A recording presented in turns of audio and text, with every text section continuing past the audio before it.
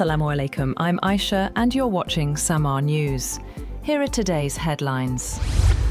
The United States and Saudi Arabia carried out strikes against Iran-backed groups in Iraq, escalating tensions after drone attacks targeted Saudi oil facilities. Washington and Riyadh said the strikes hit sites used by Iran-aligned groups to coordinate attacks, while Saudi Arabia claimed its air defenses intercepted drones targeting oil installations in the eastern province. Iraq's Popular Mobilization Forces, PMF, condemned the strikes as a violation of sovereignty, reporting casualties and damage to facilities. Tehran denied involvement in the Saudi attacks and warned that blaming Iran could lead to a major miscalculation.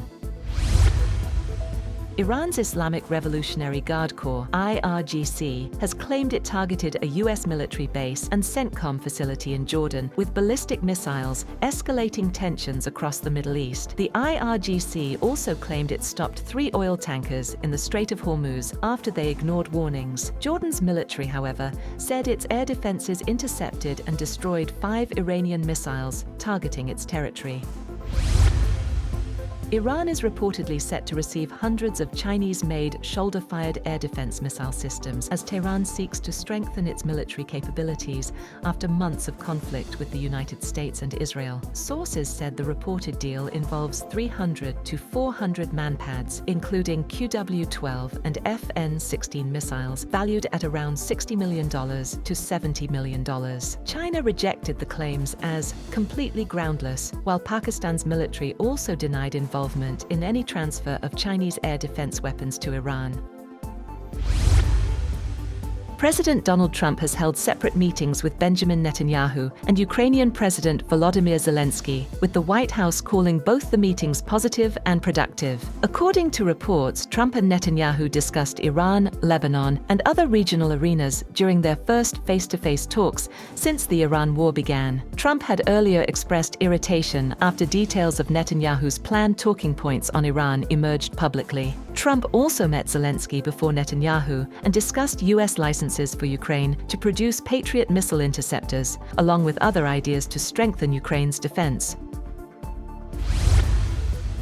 President Donald Trump has said that Washington is in a very strong position on Iran, warning that he could destroy the country's bridges, power plants, as well as the Pickaxe Mountain facility if Tehran refuses a deal. In an interview, Trump, however, said he wanted to avoid such actions. He also said that the U.S. has held very good talks with Iran, but insisted that Washington could not have them break deals anymore.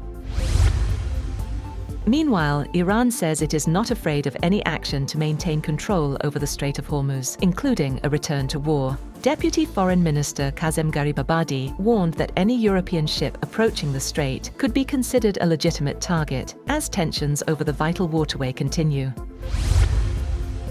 Iran has warned that any country or company receiving Iranian frozen assets as compensation for damaged ships will not be allowed to transit the Strait of Hormuz. The warning by Iran's military command spokesperson Ibrahim Zulfikari came after President Donald Trump proposed using Iranian frozen funds to compensate affected vessels.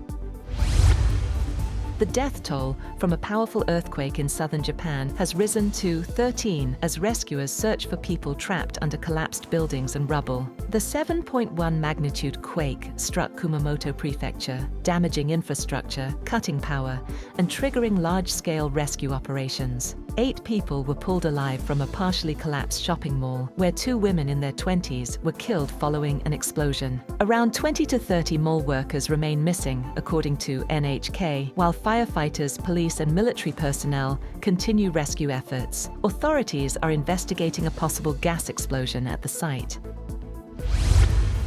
That's all for now. For more updates, visit www.samaa.tv.